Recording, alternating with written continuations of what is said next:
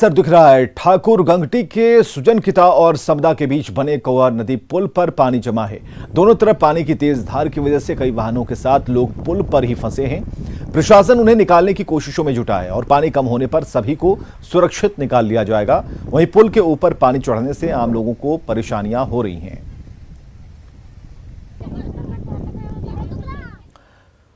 तो यास तूफान को देखते हुए रांची का कंट्रोल रूम भी पूरी तरह से अलर्ट मोड में है। कंट्रोल रूम से पूरे शहर पर नजर रखी जा रही है। जायजा लिया है ओम प्रकाश ने।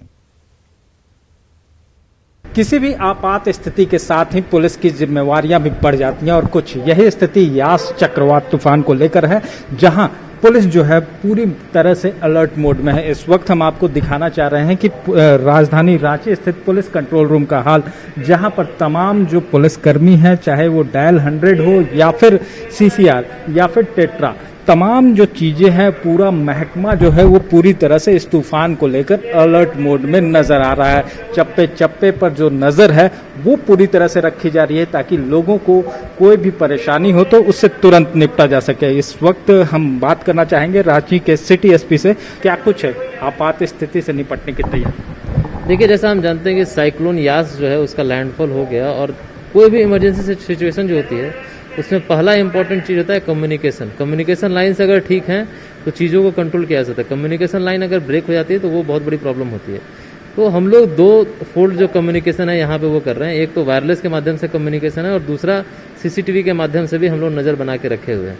अगर आप देख सकेंगे तो ये कंट्रोल रूम जो है, जो कि सीसीटीवी कंट्रोल रूम है, यहाँ पे शहर के विभिन्न क्षेत्रों पर सीसीटीवी के माध्यम से निगरानी रखी जा रही है। कोई भी अगर साइक्लोन का प्रभाव अगर कहीं पे दिखता है सीसीटीवी के अंतर्गत, उसको अविलंब टेट्रा के माध्यम से संबंधित थाना या पीसीआर हाईवे पेट्रोल को इसकी सूचना देती है और अविलंब वो वहाँ पहुँचकर उसका निपटारा करते हैं या संबंधित विभाग से संपर्क करके उस मामले का निपटारा करते हैं।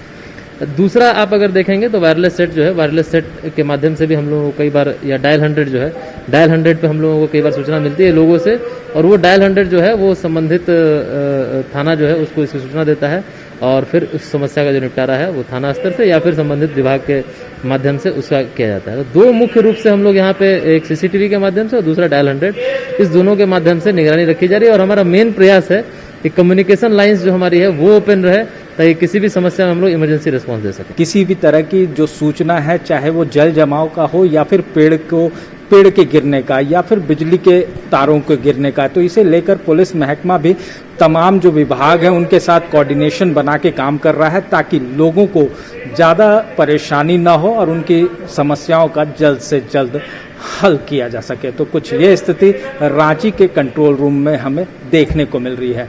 कैमरामैन संजीव तिवारी के साथ ओम प्रकाश, न्यूज़ 18 रांची। बीजेपी के प्रदेश अध्यक्ष दीपक प्रकाश ने पूर्व मुख्यमंत्री रघुवर दास प्रकरण को लेकर राज्य सरकार पर निशाना साधा है। दीपक प्रकाश ने कहा कि राजनीतिक विद्वेष की भावना से ऐसा किया जा रहा है। राज्यसभा चुनाव से जुड़ा हुआ मामला है और जब जांच में कुछ भी नहीं मिला तब नई धाराएं जोड़कर राजनीतिक शत्रुता साधी जा रही है। क्राइम तो हुआ ही नहीं।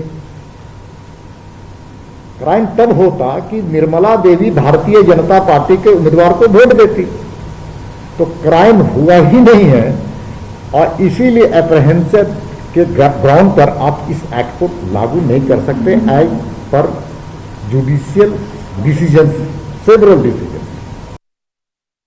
और खबर है पाकुड़ से, जहां बीजेपी किसान मोर्चा के प्रदेश उपाध्यक्ष को फोन कॉल पर जान से मारने और झूठे केस में फंसाने की धमकी दी गई।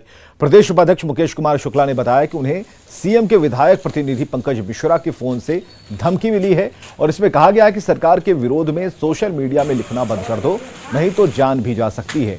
और इसके बाद से वो डरे सहमे हैं। मुकेश कुमार शुक्ला ने इसे लेकर नगर थाने में प्राथमिकी दर्ज कराई है।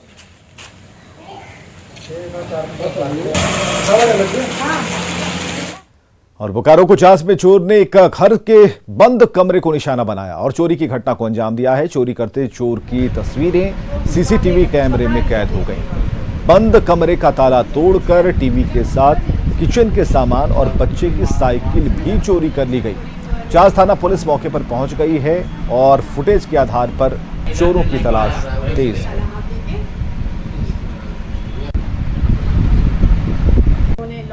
किया है और घर से जो भी घरेलू सामान होता है जिसमें टीवी था, मिक्सर ग्राइंडर था, वाटर फिल्टर था, साइकिल था और भी बहुत सारे सामान हैं वो सब चुरा करके वो लोग ले गए हैं। किस कमरे में चोरी को घटना का अंदाजा? वो हमारे माता पिता का कमरा था। मेरे लास्ट हमारी सासू माँ जनवरी में डेथ की थी, उसके बाद से वो दरवाज़ा हम लोगों ने लॉक रखा था।